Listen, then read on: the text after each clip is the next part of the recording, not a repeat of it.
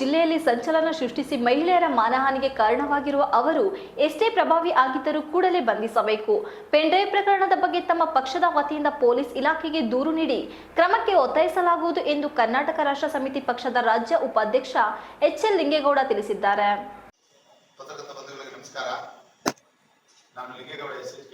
ಪತ್ರಿಕಾಗೋಷ್ಠಿಯಲ್ಲಿ ಮಾತನಾಡಿದ ಅವರು, ಪೆನ್ಡ್ರೈವ್ ಪ್ರಕರಣದಿಂದ ಹಾಸನ ಜಿಲ್ಲೆಯ ಗೌರವ ರಾಜ್ಯ ಹಾಗೂ ರಾಷ್ಟ್ರ ಮಟ್ಟದಲ್ಲಿ ಹಾಳಾಗುತ್ತಿದೆ. ಜೊತೆಗೆ ಒಂದಲ್ಲ ಎರಡಲ್ಲ ನೂರಾರು ಮಹಿಳೆಯರ ಮಾನಮರ್ಯಾದೆ ಕೂಡ ಬೀದಿಯಲ್ಲಿ ಹರಾಜಾಗುತ್ತದೆ. ಈ ಘಟನೆ ಬಗ್ಗೆ ಕೂಡಲೇ ಪೊಲೀಸ್ ಇಲಾಖೆ ಎಚ್ಚೆತ್ತುಕೊಂಡು ಸಮಗ್ರ ತನಿಖೆ ನಡೆಸಿ ತಪ್ಪಿತಸ್ಥರ ವಿರುದ್ಧ ಕ್ರಮ ಕೈಗೊಳ್ಳಬೇಕೆಂದು ಆಗ್ರಹಿಸಿದರು. ಪೊಲೀಸ್ ಇಲಾಖೆ ಕೂಡ ವಿಡಿಯೋದ ಮೂಲ ಹಾಗೂ ವಿಡಿಯೋದಲ್ಲಿರುವ ಮಹಿಳೆಯರ ಬಗ್ಗೆ ತನಿಖೆ ನಡೆಸಿ ವಿಡಿಯೋ ಯಾರು ಮಾಡಿದ್ದು ಎಂಬುದನ್ನು ಪತ್ತೆ ಹಚ್ಚಿ ಅವರು ಎಂಥ ಪ್ರಭಾವಿಗಳಾಗಿದ್ದರೂ ಅವರ ವಿರುದ್ಧ ಕೂಡ ಕೇಸು ದಾಖಲಿಸಿ ಜೈಲಿಗಟ್ಟುವ ಕೆಲಸ ಮಾಡಬೇಕು. ಇಲ್ಲವಾದರೆ ಸಮಾಜದಲ್ಲಿ ಮಹಿಳೆಯರಿಗೆ ಸುರಕ್ಷಿತ ಇಲ್ಲ ಎಂಬುದು ಸಾಬೀತಾಗುತ್ತದೆ ಎಂದರು.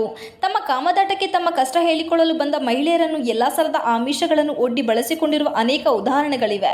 ಆದರೆ ಈ ಪ್ರಕರಣದಲ್ಲಿ ತಪ್ಪು ಯಾರದಿದೆ, ವಿಡಿಯೋ ಒರಿಜಿನಲ್ ಅಥವಾ ಎಡಿಟಿಂಗ್ ವಿಡಿಯೋ ಇದೆ ಎಂಬುದರ ಬಗ್ಗೆ ಸಂಪೂರ್ಣ ತನಿಖೆಯಾಗಬೇಕು ಎಂದು ಒತ್ತಾಯಿಸಿದರು. ಈ ಹಿಂದೆ ಪ್ರಜ್ವಲ್ ರೇವಣ್ಣನವರ ಕಾರು ಚಾಲಕ ಕಾರ್ತಿಕ್ ರವರು ನಮ್ಮ 13 ಎಕರೆ ಜಮೀನನ್ನು ಅಕ್ರಮವಾಗಿ ಬರೆಸಿಕೊಂಡಿದ್ದಾರೆ ಎಂದು ಮಾಧ್ಯಮಗಳ ಮುಂದೆ ಹೇಳುವಾಗ ಅನೇಕ ಕರ್ಮಕಾಂಡಗಳನ್ನು ಮಾಡಿದ್ದಾರೆ ಎಂದು ಹೇಳುತ್ತಾರೆ.